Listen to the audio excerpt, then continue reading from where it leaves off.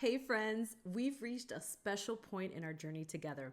This week, we're closing the month of April with reflection, fasting, and celebration. And we're stepping into the new theme for May, which is gratitude and joy.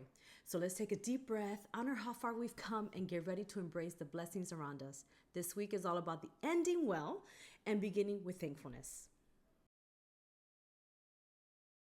Hi, I'm Rosie Perez, author of A Year of Love 365 Days of Faith and Inspiration for Mothers. Every single week, I share simple, faith filled ways to connect with your child and nurture love at every stage of motherhood. Visit my website for daily entries, free resources, and join our virtual mom group for encouragement and prayers. Now, let's dive into this week's Steps of Love. Day 120. End the month with a fast and a feast. Moms, as we close this month, focused on communication and understanding, I want to pause and share something that deepens both with our children and with God.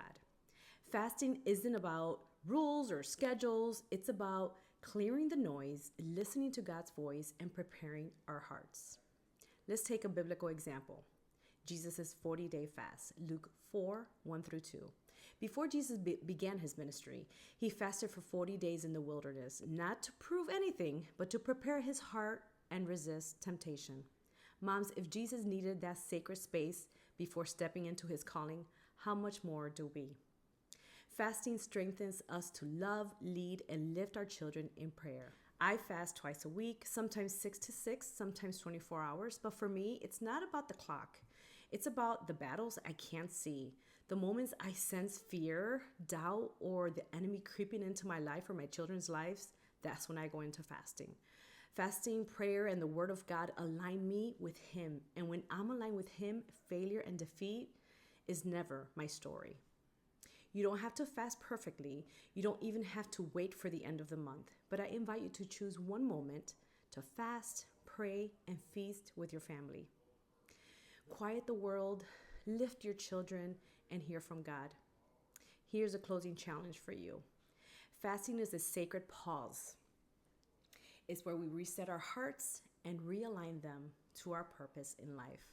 So as we end this month, let's carry forward everything we've learned, not just in how we listen to our children, but how we listen to God. And now we step into May, a season of gratitude and joy. Because when we learn to pause and give thanks, even in the small, everyday moments, we teach our children that joy isn't something we chase, it's something we choose.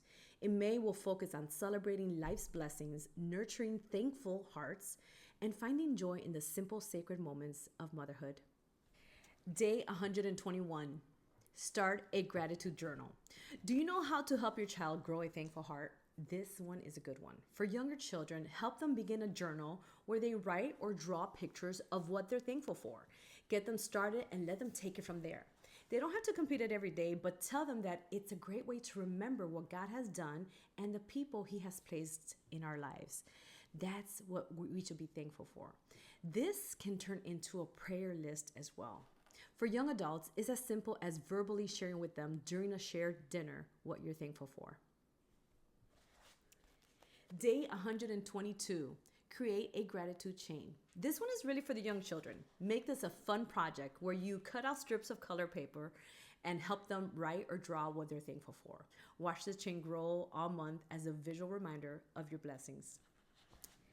Day 123. Leave a surprise note of thanks. I like this action because it costs nothing but a little of your time. For younger children, slip a note into their lunchbox or under their pillow, and for young adults, leave a sticky note on their car, or when you visit their home, leave it on their mirror right before you leave. They'll love it.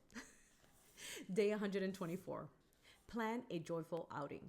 For younger children, visit their favorite park, grab ice cream, or go on a nature walk. For young adults, invite them to grab coffee, see a movie, or explore a local spot they love.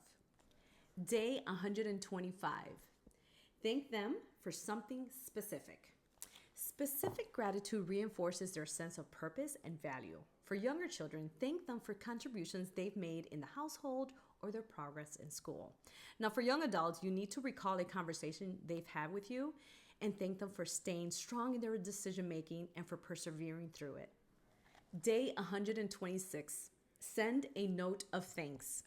Gratitude extends beyond our home. It also builds community. So, no matter your child's age, write a message or email to someone who has impacted their life, like a teacher, a mentor, or even a friend.